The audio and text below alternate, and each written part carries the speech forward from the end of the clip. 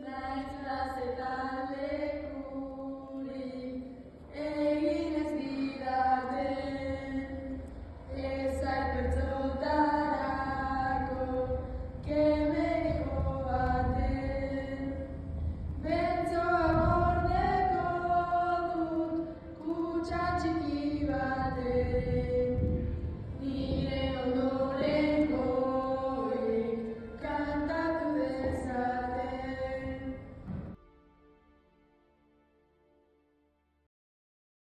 Historian orokorrien gizoneskuk die nagusi. Atzera jo ezkero, kartajokuk, herrikirolak, bertsosaioek, gizoneskuekin lotzezin eta kultura tradizionaletik kanpora gelditzezin emakumik. Bertsolaritzan historixie be gizonena izen da, eta emakume bertsolarisek egon dinarren, azken honek isilduek eta alboratuek izen die. Bertsolaritza arlo asko lez gizonen mundure moldatu da. Erabiltzeko gaixek, pertsonaixek, lekuek, maskulinizatuek izen di, eta alan azaltzen dozku Carmen Larrañagak beran bierrin, bertsolarismo, hábitat de la masculinidad. Haren arabera, bertsolaritza noindalak itxe arte, plaza gizona izen dugu erreferente. Hori dela eta emakumie askotan gizonen mundure moldatu bihar izen da. Estitxo Izagirrek beran blogien aitsetzen dau, oholtzara igoteko bertso eskolako lehen lehizinoie hauzala. Kantau fuerte, arro, hankak zabaldute eta bezukatzin. Emakumik, emakume lez, ez agertzeko gizonezko jantzi bihar izen di. Postura, ahotsak, erropak. Arantzazu Loidiri egindako elkarrizketa baten holandino. Minigona jantzi bertsosaio baten aritzeko, horixe falta zanba. 16. mendin ezkontzetan eta hietetan emakumik abesten ebenan barri badaukegu, baina garaiaretan laster bastartu zitsu esan. Bizkaiko Foru Zaharrak 1452. urtien, 1000 barabediko zigorra jarten eutzen kantenta hausartzezin hiletarixei. Hiletarixek herriz-herri asoka-asoka ebizan emakumiek zien. Pamatxarreko emakumik, emakume saltzaiek, zirikatzaiek, umoretzuek alaixek. Bat-bateko bertzuk erabilixez, burle itxen eixeben jende aurrien.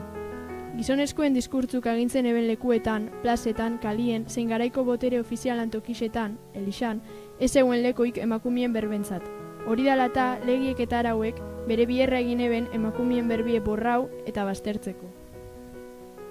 Naiz eta debekuek egon, 19. mendien Josepa izeneko ondarribiarra oso naizen bierra iseban bertzotan, eta plazari plaza ibiltzen izan. 1853. urtetik aurrera, Antoni de Abadiek Lorejoko izenburupien ekimen asko jarri zituen martxan, eta horren artien bat-bateko bertsosaioek. Bestetik, 1885. urtien, Espeletan bertso txapelketa bat antolatu zan, eta bertan, Kanboko Mari Argai izen zan irabazlie. Baina emakume bertsolari honen inguruen datu gitxi dagoz, eta horregaitxik Kristina Mardaraz hartzen da lehenengo plazandretzat. Bertsolaritzan aitzindari xedan Kristina Mardaraz, Iurretan jaixo zan 1908. urtien. 8-9 urtegaz hasi zan, beran laguntaldiaz batera, Durangoko ikastolan bertzotan, eta 39 urtegaz ikin eutzon plazan kantintiai. Bera izen da urrengo emakumiei bidie zabaldu deutzena. Lehenengo galderia, ia zeik izartu zen bertsolaritza. Guztetan jatalako, hori bat, argitzegarri. Umetatik erandot etxien kantuen, bertsotara konkretamente, ni betxetan lotian eukinko nebazala, oita 8 bat urte do, Durangoko ikastoliek antolatu ban bertso eskola bat, eta deitu iuskuen. Horantxe hasi ginen, tontamente beste helburu barik. Eta zer da zutzako bertsolaritza? Zer da bertsolaritzak emotetzen edo?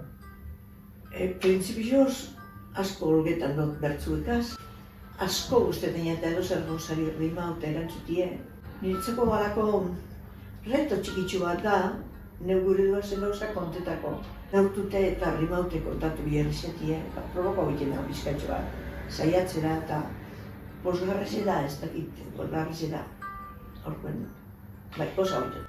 Eta zein zan emakumine hori zu bertsolaritzan sartu zinean? Ba, ez, bapesa.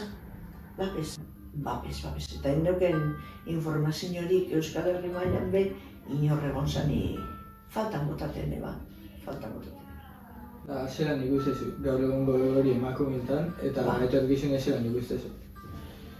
Gaur egungo emakumeen egoerie zorra gartzera.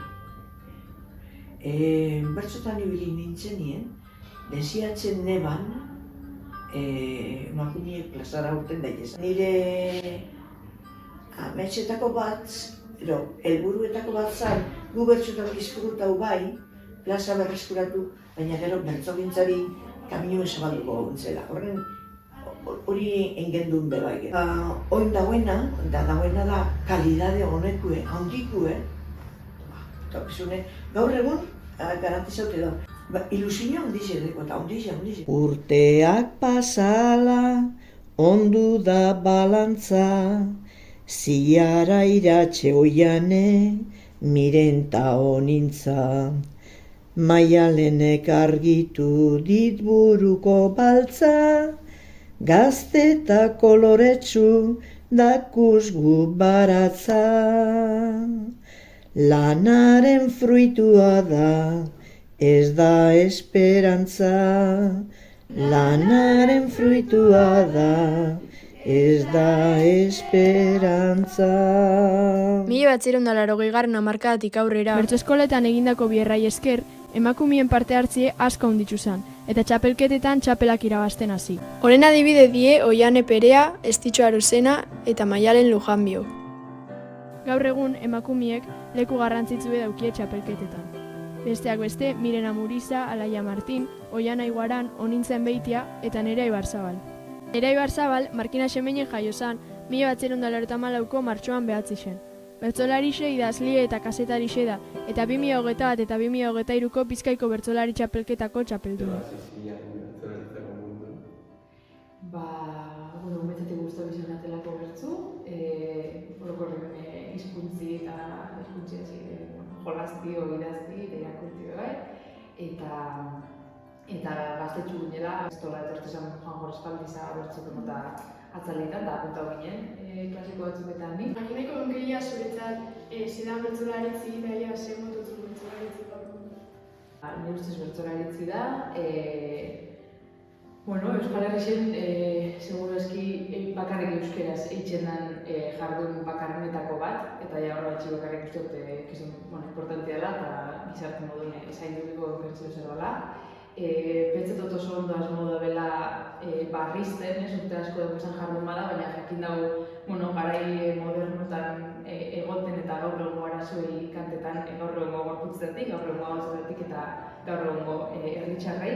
Improvisago edanez, inoz ez dara errepikatuko bertso saio bat leku baten behar hori da, erantzutotze, egun hortan, atzalde hortan, herri horri, eta nire uste zuri bastante magiku da, eta uste horretxek ingantxetan dabela. Eta zu emakume izen da, jakineko onkeria zu hasi zinen bertsolaritzan emakume izenan zu, zer dut izan?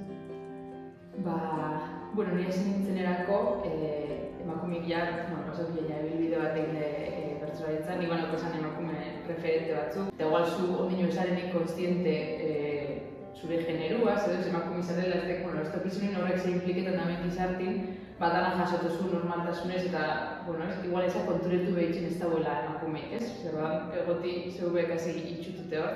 Baina, guazi ginen talde txortan, Josun Aramendi betartik zagoen, gure bertso eskolan paseo esan neskak eta eskolarteko txapelketetan eta gaztetxoen txapelketetan emakume asko genuen zan Bizkaixen. Orduan, nik uste nahiko babestute edo hasi ginela, konturetu bari gero plazan realidade ezala hori ez. Eta azken urtitan, Euskal Herri mailan, bada intentzio bat eta egon da begirada bat ikusteko nun ez dagoen emakume, nun egon dizenin bezelan trataudi zer kantau jakue, zer kantau da beurek, horren rebizinioa modun egin da, eta eitzen gabiz eta ondino jente gehixantzako leku eroso bat izen da den bertsolaritzi, urte askotan ez dalako izen.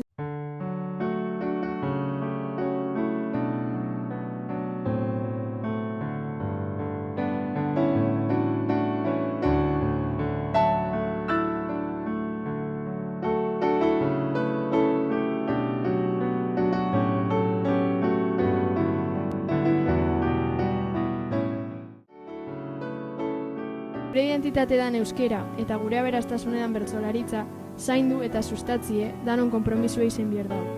Guk eraikitzen dugu gure etorkizune, genero bazterketa barik, berdintxasun eta elkarlanien, etorkizune eraiki deigun.